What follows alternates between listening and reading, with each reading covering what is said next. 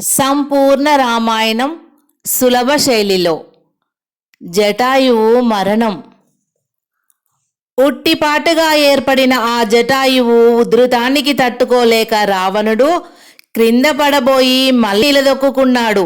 అతని చేతిలోని ఖడ్గం ఎగిరి అల్లంత దవ్వులో పడిపోయింది. కన్ను మూసి తెరిచేంతలో జటాయువు గుర్రాల మీదికి విక్రమించాడు. ముక్కుతో పొడుస్తూ కాలిగోళ్లతో చీలుస్తూ క్షణాల మీద గుర్రాలను హతమార్చాడు. సారథిని తన బలమైన ముక్కుతో శిరస్సున పొడవగానే ఇంద్రుని వజ్రాయుధం దెబ్బకు నేలకూలే పర్వతంలా ఆ రాక్షసుడు ఆర్తనాదం చేస్తూ భూమి మీద పడి ప్రాణాలు విడిచాడు. మరుక్షణం జటాయువు రావణుని రథాన్ని కూడా ఆక్రమించుకొని భీషణ పరాక్రమంతో విక్రమించి దానిని ధ్వంసం చేశాడు. ఆ విధంగా తన కళ్ళ ముందు ఇంద్రజాలం జరుగుతున్నట్లుగా రథ రథ్వ సారథుల విధ్వంసనాన్ని చూసి రావణుడు కోపం పట్టలేక తన ఖడ్గం దగ్గరికి పరిగెత్తాడు. జటాయువు ఆ లంకేశ్వరుని ప్రయత్నాన్ని 1000 విధాలుగా గమనిస్తూ అతడు ఖడ్గం సమీపించేలోగానే ఆక్రమించుకున్నాడు. రావణుడు తన 20 చేతులతో జటాయువును గట్టిగా పట్టుకున్నాడు. కైలాస పర్వతాన్ని పెకిలించడానికే సాహసించిన ఆ లోక భయంకర బలవంతుని చేతులు జటాయువును ఉచ్చులలో బిగించినట్లు చేశాయి. జటాయువు రెక్కలల్లార్చాడు. వాడి అయిన ముక్కుతో రావణుని ముఖాలను పొడవడం ప్రారంభించాడు. వీలు చిక్కిన చోటల్లా కాలిగోళ్లతో రక్కడం సాగించాడు. ఆ విధంగా తనని హింసిస్తోన్న జటాయువును అలాగే పట్టుకొని రావణుడు అతి ప్రయత్న కష్టసాధ్యంతో ఖడ్గం దగ్గరికి చేరుకున్నాడు. అప్పటికి జటాయువు ముక్కుతో పొడుస్తూ గోళ్లతో గీకుతూ రావణుని శరీరాన్ని పూర్తిగా గాయాలతో నింపివేశాడు. పూచిన మోదుగు చెట్టల్లే రావణుని శరీరం రక్తంతో తడిసి ఎర్రగా భయంకరంగా అయింది. సీత జటాయువు చేత హింసించబడుతున్న రావణుని చూస్తూ జటాయువును ఉద్దేశించి, పక్షిరాజా, ఆ పాపాత్ముణ్ణి నీ రెక్కలకు చుట్టి దక్షిణ సముద్రంలో పడేటట్లు విసిరిపారేయ్, నన్ను నా భర్త అయిన శ్రీరామచంద్ర ప్రభు దగ్గరికి చేర్పించు అంది. సీత మాటలకు జటాయువు యొక్క అణువణువు ఉత్సాహంతో నిండిపోయింది. వెంటనే రావణుని చేతుల పట్టును విడిపించుకొని పక్కకు కదలబోయాడు. కానీ విధి పురుషుడు మాత్రం సత్య ప్రవర్తకుడు, సాహసవంతుడు, మహాబలవంతుడు అయిన జటాయువు పట్ల చిన్నచూపు చూశాడు. జటాయువు పక్కకు తొలగి రావణుని మీదికి విజృంభించడానికి రెక్కలను సన్నద్ధం చేసుకునేలోగానే రావణుని చేతికి అందిన ఖడ్గం పైకి లేచి బలవంతంగా బలవేగంతో జటాయువు కుడి రెక్క మీదికి పడింది. ఆ వేటు వ్యర్థం కాలేదు. జటాయువు కుడి రెక్క తెగి నేల మీద పడింది. జటాయువు బాధగా అరిచి చటుక్కున ఎడమరెక్కను రావణుని ముఖం మీదికి సారింపబోయాడు. అంతలోనే రావణుని ఖడ్గం మరోమారు విసురుగా లేచింది. ఆ వేటుకు జటాయువు యొక్క ఎడమరెక్క పూర్తిగా తెగి నేలన పడిపోయింది. ఆ విధంగా రెక్కలు 2 తెగిపోగా జటాయువు కాళ్లను అటు ఇటు కదిలిస్తూ నీటిలో సొరచేప మాదిరిగా గాలిలో ఈదుతూ ముక్కును సాపు చేసి రావణుని ముఖాల ముందుకు సాచాడు. రావణుడు చటుక్కున ముఖాలను పక్కకు తిప్పుకుంటూనే చేతిలోని ఖడ్గాన్ని జటాయువు కాళ్ళకేసి జలిపించాడు. జటాయువు కాళ్ళు కూడా తెగిపోయాయి. త్యాగంతోనూ ధర్మబుద్ధితోనూ మైత్రంతోనూ ఆత్మార్పణం చేసిన ఆ పక్షీంద్రుడి శరీరం నుండి రక్తం ధారాపాతగా స్రవిస్తుండగా నిస్సహాయుడై సీతను చూస్తూ తలవాల్చి దబాలున కింద పడిపోయాడు జటాయువు.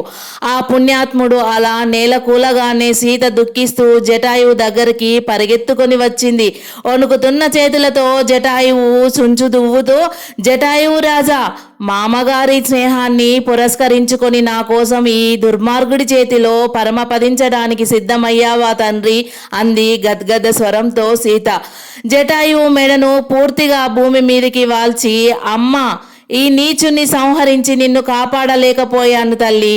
భూమి, నీరు, గాలి, సూర్యుడు, చంద్రుడు నిన్ను సదా సంరక్షిస్తూ ఉంటారు. శ్రీరామచంద్రుడు నిన్ను వెతుక్కుంటూ ఇక్కడికి వస్తే రావణుడు నిన్ను ఎత్తుకుపోయాడని చెబుతాను. ఈ దుర్మార్గునికి శ్రీరామచంద్రుని చేతుల్లో మరణం తప్పదు తల్లి అన్నాడు కళ్ళు మూతలు పడుతుంటే ఆయాసంతో స్వరాన్ని కూడా తీసుకుంటూ. చెప్పడానికి ఆ రాముడు ఇక్కడికి వచ్చే వరకు నువ్వు బ్రతికుంటే కదా పక్షిరాజా అని రావణుడు తన చేతిలోని కత్తితో జటాయువు కడుపులో పొడిచాడు. జటాయువు గిలగిల కొట్టుకోసాగాడు. రావణుడు వికృతములైన 10 నోళ్లతో ఆ ప్రదేశం అదిరిపోయేటట్లు వికటాట్టహాసం చేసి త్రిశూలాన్ని మళ్ళీ తన చేతిలోకి రప్పించుకున్నాడు. ఆ త్రిశూలంతో సీత నిల్చున్న భూమిని పెకిలించి ఆ భూఖండాన్ని భుజం మీదికి చేర్చుకొని తన రాక్షసమాయతో ఆకాశానికి ఎగిసిపోయాడు. ఇక అక్కడ అరణ్యంలో రామలక్ష్మణులు ఆందోళనతో పర్ణశాలకు వచ్చేసరికి పర్ణశాల ముందు లక్ష్మణుడు గీచిన రేఖల ముందు ఒక పెద్ద గొయ్యి కనిపించింది. రాముడు ఆశ్చర్యంతో ఆ గోతిని చూస్తూ, లక్ష్మణ, ఏమిటి విచిత్రం? ఇక్కడ ఉన్నట్లుండి ఎవరో భూమిని దొలిచివేసినట్లు ఉందేంటి? ఇంతలో ఇక్కడికి ఎవరు వచ్చి ఉంటారు? ఇలా గొయ్యిని ఏర్పరచడానికి కారణమేమిటి అన్నాడు డోలాయమాన మనస్కుడై.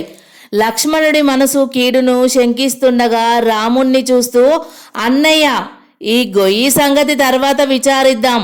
ముందు పర్ణశాల లోపలికి వెళ్ళి వదినను పరామర్శించు అన్నాడు. సీత, సీత, సీత అంటూ రాముడు ఆత్రంగా పర్ణశాల లోపలికి వెళ్ళాడు. లక్ష్మణుడు స్తబ్ద గంభీరంగా అక్కడే నిల్చొని ఆ గోతినే పరీక్షగా చూస్తూ తీవ్రమైన ఆలోచనలో మునిగిపోయాడు. లక్ష్మణ, మీ వదినే పర్ణశాలలో లేదు తమ్ముడు.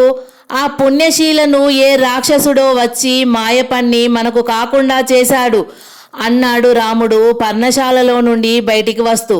లక్ష్మణుడు ఉలిక్కిపడి, అన్నయ్య, అలా అనవద్దు. మా వదినను మనకు కాకుండా చేసే శక్తి ఈ సృష్టిలో ఎవరికీ సాధ్యం కాదు.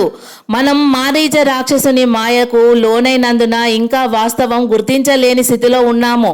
మనకు ప్రతికూలంగా ఏ సంఘటన జరిగినా అది మనకు అపకారమే అని అనుకుంటున్నాము. మా వదినే ఒంటరిగా ఏమీ తోచక అలా గోదావరి ఒడ్డుకు వెళ్ళిందేమో, వెళ్ళి చూద్దాం పదా అన్నాడు లక్ష్మణుడు. పద అంటూ రాముడు చరచరా అడుగులు వేస్తూ ముందుకు సాగిపోయాడు. అన్నయ్యను ఊరడించడానికి ఆ మహాపురుషుని నోటి నుండి వెలువడే ఆ మంగళాన్ని తాను వినలేకపోవడానికి అలా చెప్పాడే గాని లక్ష్మణుని మనసులో ఆందోళనతో పాటు అనుమానం కూడా తీవ్రంగా చెలరేగి ఉంది. శూర్పణఖకు తాను చేసిన పరాభవానికి ఖరదూషణ త్రిశూరులను తన అన్న వధించి వాళ్ళ సైన్యాలన్నింటినీ నాశనం చేసినందుకు కోపించి ఎవడో గొప్ప మాయావి అయిన రాక్షసుడు వచ్చి తమ మీద ప్రతీకారం తీర్చుకోవడానికి తమ వదినను మోసం చేసి తీసుకువెళ్ళాడేమోనని లక్ష్మణుని మనసులో అనుమాన బీజాలు నాటుకోసాగాయి. వాటిని సరైన ధోరణిలో ఆలోచిస్తూ పూర్వాపరాలను అనుసంధానిస్తూ లక్ష్మణుడు రాముని వెనుకనే తాను కూడా గబగబా నడవసాగాడు. అన్నదమ్ములిద్దరూ గోదావరి నది ఒడ్డున చేరారు. ఆ ప్రాంతాలనన్నింటినీ నిశితంగా కలియజూశారు. రాముడు గొంతెత్తి సీత, సీత అని పిలవసాగాడు. కానీ సీత పలుకులు వినిపించలేదు. మళ్ళీ బిగ్గరగా అరిచాడు. చాలా ఎంతోసేపు తర్వాత రాముడు సీతను సంబోధిస్తూ గట్టిగా కేక వేస్తూ ఆ ప్రదేశాలన్నీ లక్ష్మణునితో కలిసి వెతికాడు. తమ్ముడు, ఒంటరిగా మీ వదినే పర్ణశాల నుండి బయటకు ఎన్నడైనా వచ్చిందా? మనం భ్రమపడుతున్నాము గాని నిశ్చయంగా ఎవడో మాయావి అయిన రాక్షసుడు వచ్చి మీ వదినను మన నుంచి వేరు చేసి ఎక్కడికో తీసుకువెళ్ళాడు. సీత లేకుండా నేనెలా జీవించను అన్నాడు రాముడు దుఃఖ స్వరంతో. అన్నయ్య, ప్రాకృతినివైన నీవు పామరుల్లా విచారించడం తగదు. మా వదిన మనకు తప్పకుండా కనిపిస్తుంది. నువ్వన్నట్లు ఇది ఎవడైనా దుష్ట రాక్షసుడు మన పట్ల పన్నిన పన్నాగమే అయినా ఆ నికృష్ట కష్ట దుష్ట రాక్షసుని హతమార్చి వదినను తీసుకువద్దాం. అధైర్యపడితే ఇప్పట్లో మనం ఒక్క అడుగు కూడా ముందుకు వేయలేము. ఆ పదలో ధైర్యాన్ని విడవడం ధీరలక్షణం కాదు పద. ఈ వనమంతా వెతుకుదాం అన్నాడు లక్ష్మణుడు అన్నను ఉద్బోధిస్తూ. రాముడు లక్ష్మణునితో కలిసి అక్కడి నుంచి బయలుదేరాడు. అప్పటికి సూర్యుడు అస్తమించాడు. సంధ్యారోచిస్సులు దిశాంతరాల నుండి బంగారు రంగుతో ప్రపంచం మీదికి పయనించాయి. సీతాదేవి నిల్చున్న భూఖండాన్ని భుజాన పెట్టుకుని గగన వీధుల్లో శరవేగంతో పోతున్న రావణుడు వృషముఖ పర్వతం పక్కగా ప్రవహిస్తున్న పంపా సరోవరం దగ్గరికి వచ్చాడు. సీత దుఃఖిస్తూనే కిందికి చూసింది. నది పక్కగా ఉన్న ఓ పెద్ద పర్వతం మీద ఎవరో వ్యక్తులు నిల్చొని పైకి చూస్తున్నట్లు ఆమె గ్రహించింది. ఆకారాలను చూడగానే సీత మనసులో ఆలోచన తట్టింది.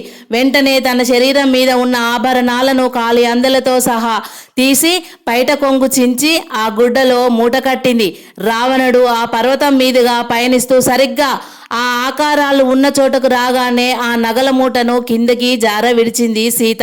శ్రీరామచంద్ర ప్రభు, ఈ పాపాత్ముని జాడ ఎలా తెలుసుకుంటావు?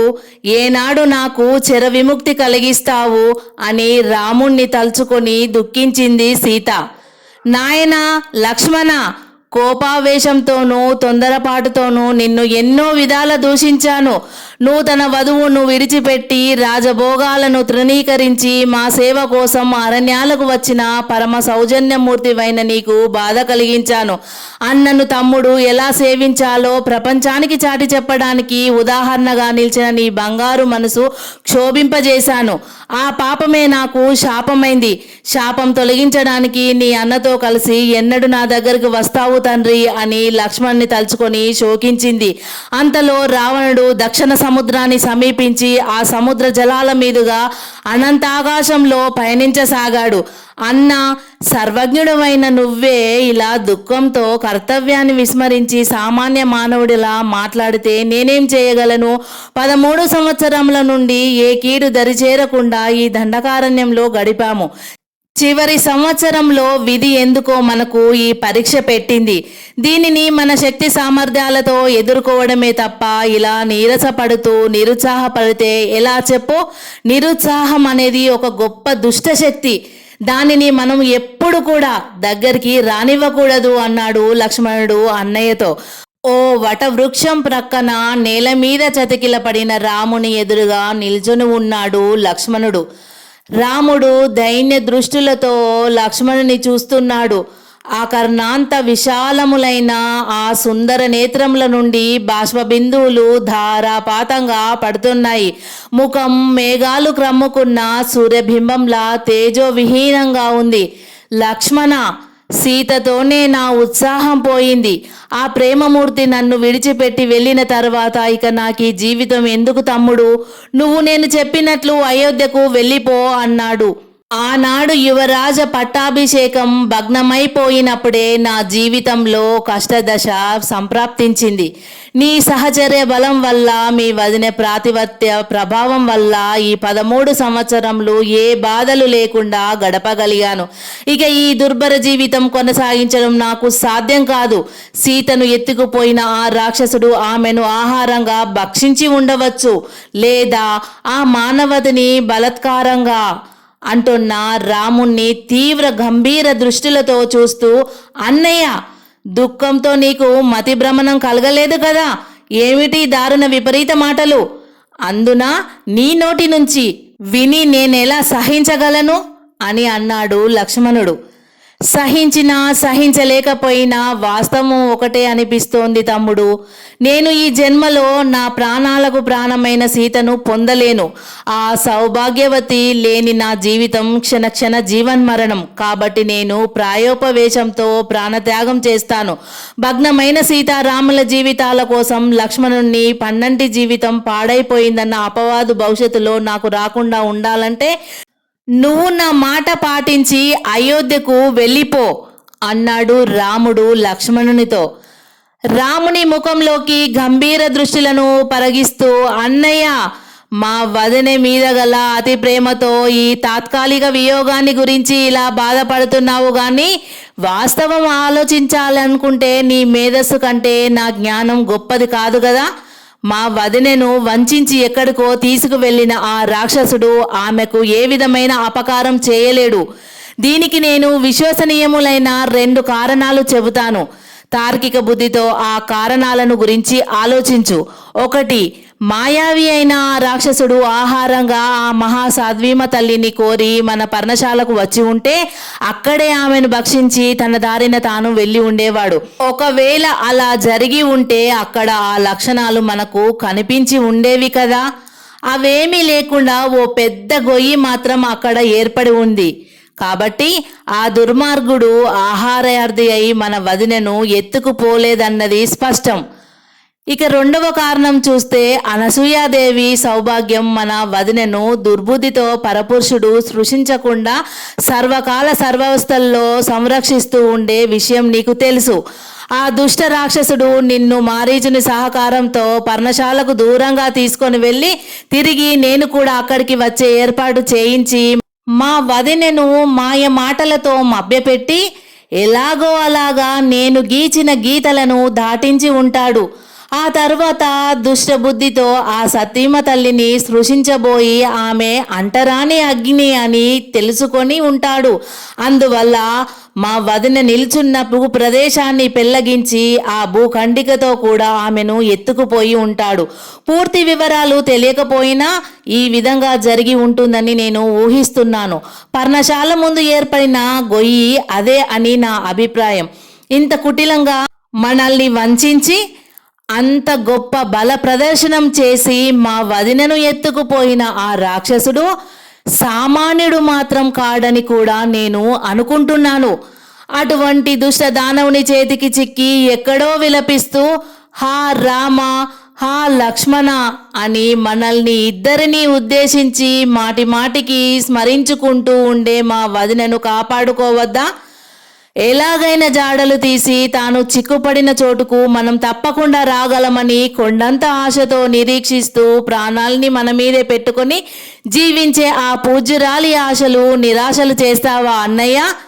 నువ్వు ప్రాయోపవేశం చేస్తానని పట్టుబడితే ఇదిగో ఈ ఖడ్గంతో నా శిరస్సును ఛేదించుకొని నీకంటే ముందుగానే ఈ దుఃఖం నుండి నేను విముక్తుడనవుతాను అని లక్ష్మణుడు ఓర నుండి జరాలున కరవాలం దూశాడు.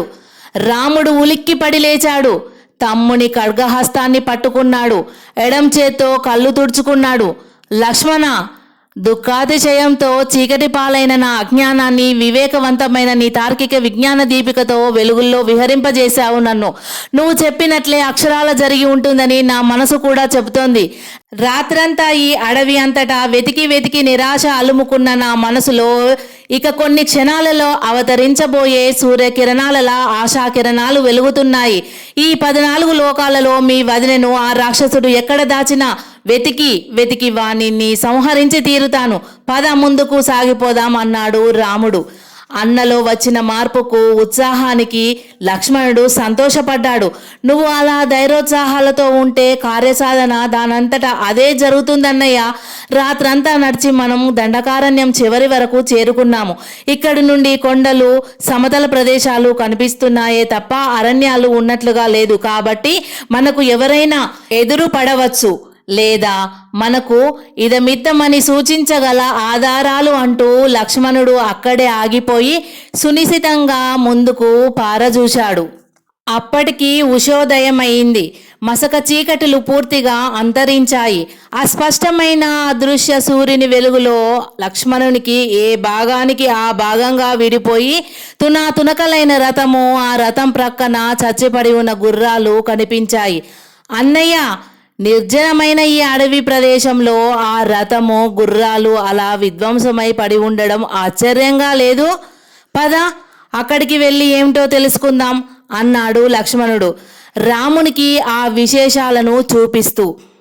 రాముడు కూడా ఆశ్చర్యంగా ఆ దృశ్యాల్ని చూసి చరచరా లక్ష్మణునితో కలిసి అక్కడికి నడిచాడు. రథం విరిగి చెల్లా చెదురై పడి ఉంది. గుర్రాలు చచ్చిపడి ఉన్నాయి. వాటికి కొంచెం దూరంలో సారథి కూడా మరణించి పడి ఉన్నాడు. అన్నయ్య, ఇదిగో చేతిలో సెలగోల ధరించి అశ్వశిక్షణ వేషంలో ఉన్న ఇతడు ఈ రథానికి సారథి. వీడు రాక్షసుడని ఆకారం వల్లనే తేటతెల్లమవుతుంది. ఇదిగో రథశకలాల పక్కన భూమండలం కూడా చిన్న చిన్న ముక్కలుగా విడిపోయి ఉంది. అరరే, ఆ చెట్టు చాటున కూడా మన పర్ణశాల ముందు ఉన్నట్లే పెద్ద గొయ్యి. కాదు కాదు, అది చెట్టు కాదు, పెద్ద పెద్ద రెక్కలు, ప్రక్కన తెగిపడి ఉండగా కాళ్ళు ఖండింపబడిన ఓ పెద్ద పక్షి అని లక్ష్మణుడు క్రమక్రమంగా తెల్లవారుతున్న వేళల్లో కుతూహలంతో రామునికి చెప్పసాగాడు. అప్పుడే సన్నని మూలుగు కూడా వినిపించడంతో రామలక్ష్మణులు ఒకరి ముఖాలు ఒకరు చూసుకుంటూ ధ్వని వినిపిస్తున్న దిశగా నడిచారు. కళ్ళు మూసుకొని కొన ఊపిరితో పడి ఉన్న బ్రహ్మాండమైన పక్షి తమకు అక్కడ దర్శనము ఇవ్వగానే రామలక్ష్మణులు విస్తుపోతూ ఆ పక్షి తలకు ఇరువైపులా కూర్చున్నారు. పక్షి ఇంకా మూలుగుతూనే ఉంది. అమ్మ జానకీదేవి, దుర్మార్గుడైన రావణుని బారి నుండి నిన్ను కాపాడుకోలేకపోయాను తల్లి. నీ భర్త నీ మరిది ఎప్పుడు నాకు దర్శనం ఇస్తారో అంతవరకు ఈ బొందిలో ప్రాణాలు ఆ ఆ అంటూ ఒక్కొక్క పదాన్ని నీరసంగా ఉచ్చరిస్తూ ఉన్న ఆ పక్షి మందారమూర్తిని ఆశ్చర్య విషన్న దృష్టిలతో చూస్తూ రాముడు, ఓ పక్షిరాజా, నేనే రాముడను. ఇదిగో నా తమ్ముడు లక్ష్మణుడు. నా భార్యను అపహరించి తీసుకువెళ్ళిన ఆ రావణుడు ఎవడు, ఎక్కడివాడు, దయచేసి త్వరగా చెప్పు అని అడిగాడు ఆత్రంగా రాముడు.